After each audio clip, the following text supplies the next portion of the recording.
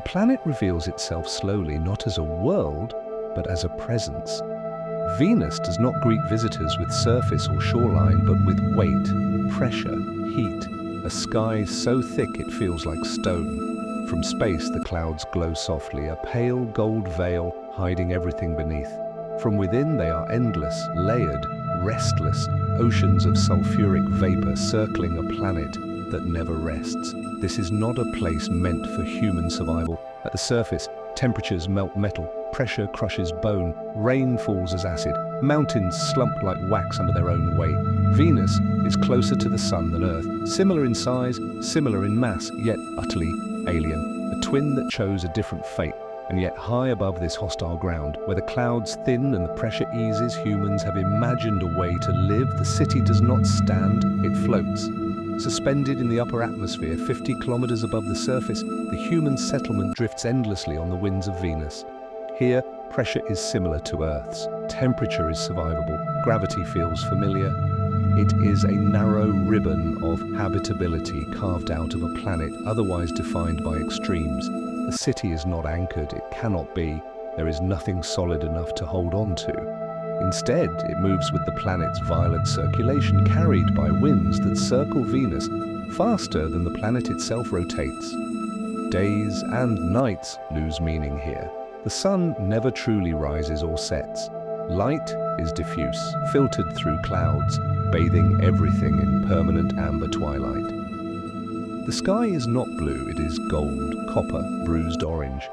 Lightning flickers silently inside distant cloud walls, illuminating layers of atmosphere like veins beneath skin. From the windows of the city, the planet below is rarely visible. When it is, it appears as a shifting nightmare. Boiling plains, collapsing mountains, lava flows glowing faintly through breaks in the cloud cover. The city's architecture reflects its environment. Nothing is rigid, nothing is permanent. Structures are buoyant, flexible, grown as much as built. Vast balloon-like habitats, filled with breathable air, float because air itself is lighter than Venus's dense atmosphere. Humanity survives not by resisting the planet, but by exploiting its physics. The outer skins of the habitats shimmer softly, layered with reflective materials that repel heat and acid. Some glow faintly, responding to temperature changes like living tissue. The city breathes, expands, contracts, always adjusting. Inside, life is enclosed but not confined. Gardens stretch beneath transparent domes where engineered plants absorb filtered sunlight and grow thick, dark leaves adapted to the constant glow. Water is precious, endlessly recycled. Every breath is measured, every drop counted. Survival here is a closed loop. Venus offers no wildlife, no forests, no oceans. There is no native life to observe, no birds to follow, no wind through trees. The silence is absolute, broken only by the distant groan of the city adjusting to pressure changes and the low hum of systems keeping people alive. Geologically, Venus is restless. Beneath the clouds, the crust deforms continuously. With no plate tectonics to release pressure gradually, heat builds until it escapes catastrophically. Entire regions resurface in volcanic floods. Mountains flatten, plains wrinkle and collapse. The planet is constantly rewriting itself. This instability defines the human mindset above. Nothing is assumed to last. Everything is temporary. Maintenance is a way of life. People learn early that neglect is fatal, not slowly but suddenly. Survival on Venus sharpens awareness.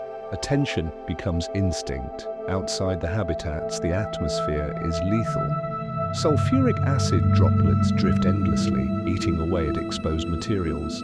Storms are slow but immense, planetary in scale. They do not rage, they envelop. Winds press constantly against the city's outer skins, testing every seam. Yet paradoxically, this is one of the calmest places humans have ever lived. There are no seasons, no weather changes in the traditional sense, no storms to run from, because escape is impossible. Everything dangerous is already present, always. Fear becomes background noise, then fades. Daily life settles into ritual. People wake to filtered light. They work in cycles aligned with system checks rather than clocks. Meals are simple, engineered for efficiency, nutrition, and minimal waste. There is no excess here. Luxury is space, silence, stillness. Children grow up knowing Earth only as story and image. They learn early that the ground beneath their feet is air, that falling is a concept, not a risk, as long as the city holds. They understand the planet below not as a destination but as a warning. Culture adapts. Music is softer, tuned to enclosed spaces. Art favors light, motion, reflection, attempts to recreate the sensation of openness. Walls display slow-moving projections of oceans, forests, storms from Earth. Not nostalgia, but calibration, a reminder of scale. Psychologically, Venus reshapes people. The constant enclosure forces confrontation with the self. There is no horizon to escape toward, no wilderness to disappear into. The planet presses inward, demanding presence. Some thrive in this intensity, others struggle. The city responds by creating shared spaces, wide observation chambers, where people gather simply to watch the clouds, to witness lightning ripple through layers of atmosphere, to feel small together. Community becomes survival. Outside, the sun burns dimly through the haze, its light scattered, weakened. Venus rotates so slowly that a single day lasts longer than a year on Earth. Time stretches. Human schedules decouple from celestial rhythm. Life is measured not in days, but in system cycles, maintenance intervals, generational planning. Energy comes from above. Solar collectors float higher than the city itself, where light is stronger. Power is precious, balanced carefully between life support, propulsion, and research. Every watt matters. Exploration does not mean travel across land, but descent. Robotic probes sink into the lower atmosphere, transmitting images of a world no human body could endure. Crushed plains, jagged highlands, rock warped by heat, a surface that looks half melted, half frozen in agony. Venus offers no forgiveness. It does not soften with familiarity. It does not become friendly. And yet, humans persist. The city drifts endlessly, circling the planet in perpetual twilight. Generations pass without touching solid ground. Births and deaths occur suspended in air. Humanity becomes a species that can live without land. From a distance, the city appears fragile, small shapes against an infinite sky. But fragility is deceptive. This is resilience refined to its essence, survival stripped of comfort, existence balanced on understanding rather than dominance. Venus forces a reckoning. It shows what happens when a planet runs away from equilibrium. A greenhouse effect taken to its extreme.